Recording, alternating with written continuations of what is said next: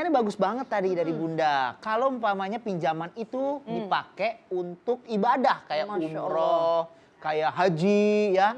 Kita mau jawab tapi jangan galau, jangan baper ya. Karena Islam itu penuh cinta. Penuh cinta. Baik. Assalamualaikum warahmatullahi wabarakatuh. Waalaikumsalam warahmatullahi wabarakatuh. Mudah-mudahan yang hadir di studio ataupun pemirsa dimanapun Anda berada, rezekinya barokah. Amin. Rezekinya berlimpah ruah. Amin. Bisa kebeli sawah. Amin. Pergi haji berangkat ke Mekah. Udah kenceng banget. Pengen ke Mekah pengen? Mau ke Mekah mau? Mau. Udah punya duitnya? Ngojay dah tuh.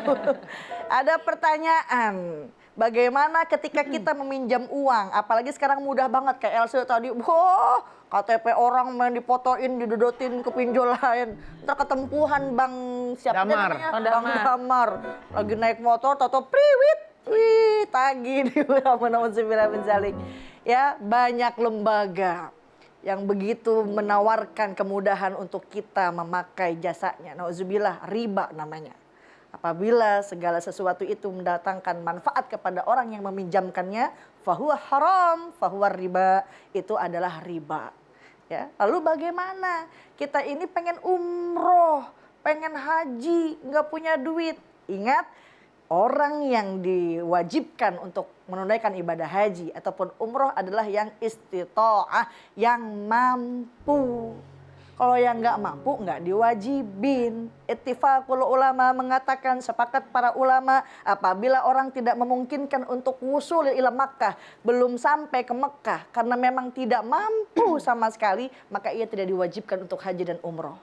Berbeda contohnya, pengen pinjem karena kita punya nih kemampuan buat bayar. Itu boleh karena termasuk istita'ah.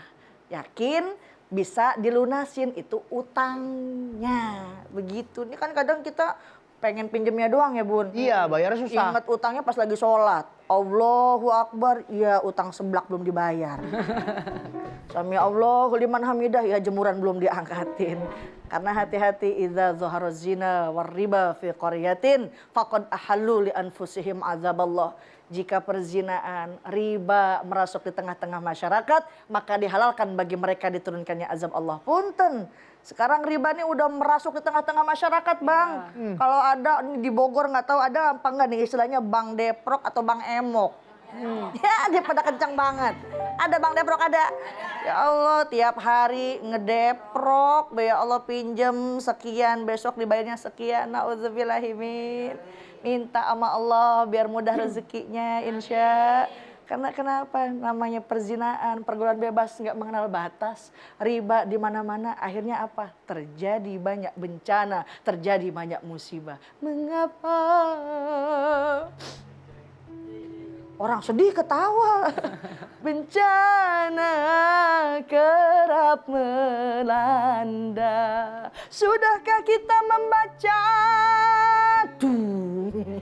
Oleh karenanya mudah-mudahan semuanya ini terbebas daripada riba, terbebas daripada hutang piutang yang dapat menyulitkan kehidupan kita. Insya Allah. Itu Bang Melki. Iya. Bun. Ya. Bunda. Iya.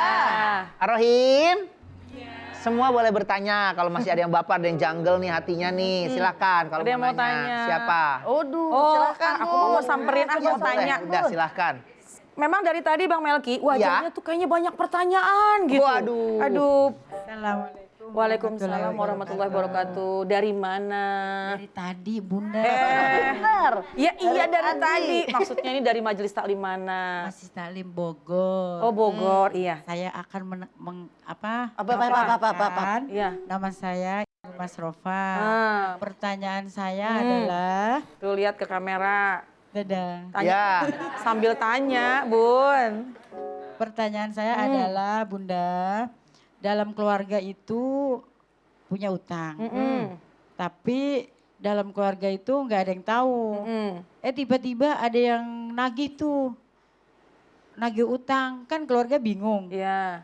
Lah, lalu yang punya utang itu baru bicara, baru cerita. Baru ngaku.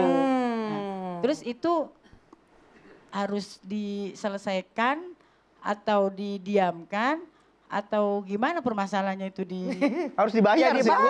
Harus dibayar. Ya. keluarga yang menyelesaikan atau gimana? Oh. nih? Iya, keluarga yang menyelesaikan apa yang punya hutang yang nyelesain Iya, benar. gitu pertanyaannya. Maksudnya begitu. Iya, Iya, iya, Masya Allah, terima kasih. Ada lagi pertanyaannya? Cukup. Ya udah dari tadi kan ya? Iya dari tadi. Ya udah, silahkan duduk deh. Assalamualaikum. Waalaikumsalam warahmatullahi wabarakatuh. Masya Allah Bang Terima Melki, kasih. sama-sama pertanyaannya bagus nih. Agak Dan memang malu-malu, banyak. agak malu-malu sih. Agak ibunya. malu-malu ya. Jadi banyak juga pertanyaan. Waduh. Giliran nggak dipakai mic-nya bilang gitu ya. Iya, nggak kedengeran soalnya ya. Tapi ini wajah-wajah yang insya Allah kalaupun punya hutang bisa dibayar insya Allah. Amin ya robbal alamin. Gimana caranya punya hutang kemudian keluarga nggak tahu. Iya. Satu masa yang nagih ke rumah sehingga semua orang jadi tahu, semua yang ada di rumah jadi tahu.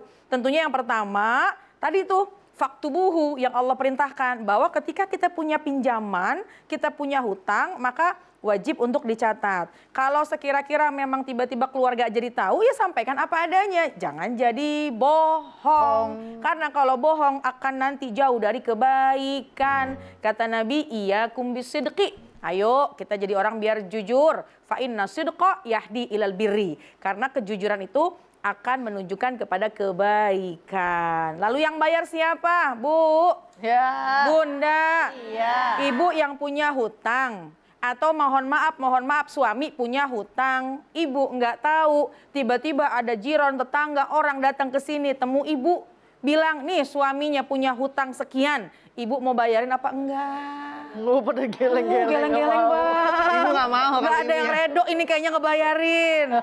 Bun, Ya. mau tanya lagi. Bunda yang berhutang, satu masa lagi nggak punya duit, ada orang yang lagi hutang ke rumah, ada suami di rumah.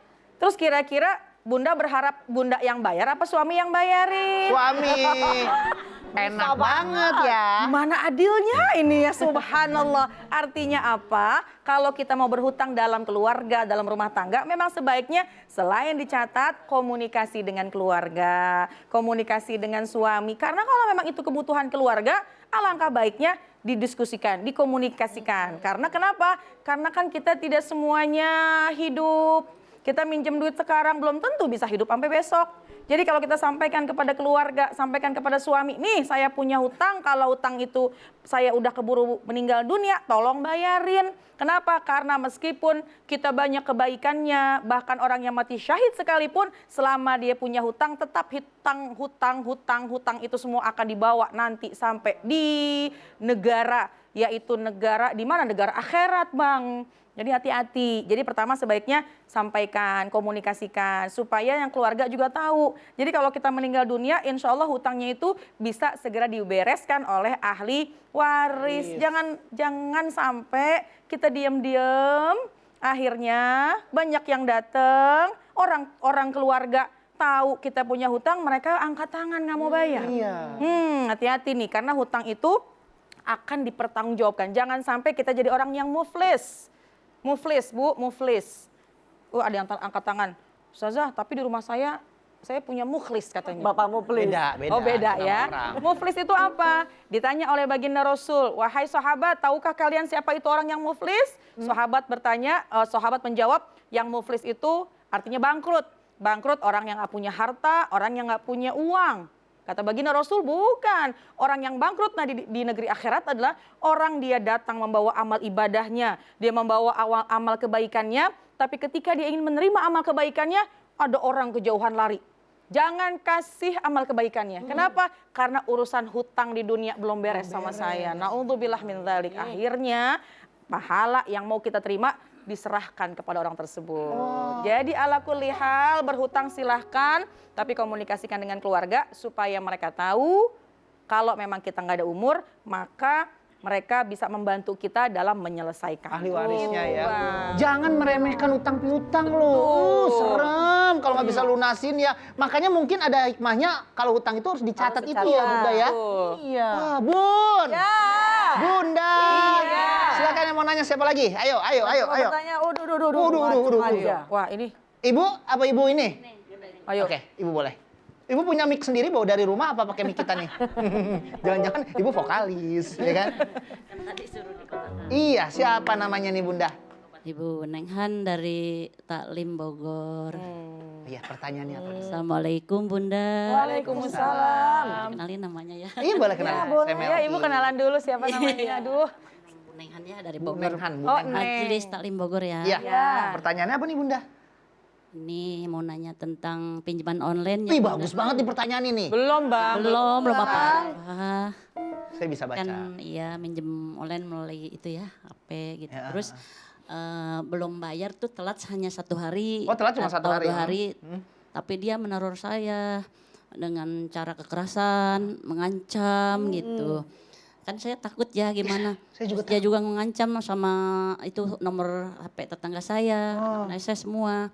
Bagaimana Bunda itu cara menyikapinya menghadapi orang yang seperti ini? Saya tuh tanggung jawab mau Jadi bayar. yang nagih ini sudah debt collector nih. Iya. Udah pakai orang-orang bayaran iya, nih. dia kejam. Kejam ya, Ngancam, Bu? iya. Ngancam. Iya, padahal cuma telat 1 hari loh. Iya, Bu, tapi 1 hari kalau jumlahnya banyak ya, Bu. ya. Terima kasih, Jadi Bunda. gimana cara menyikapinya Bunda? Ya. Tolong ya. Bagus banget Assalamualaikum pertanyaannya. warahmatullahi wabarakatuh. Waalaikumsalam warahmatullahi wabarakatuh. Bunda, kita jawab setelah yang satu ini ya. Jangan kemana-mana, tetap di Assalamualaikum, Bunda. Bunda.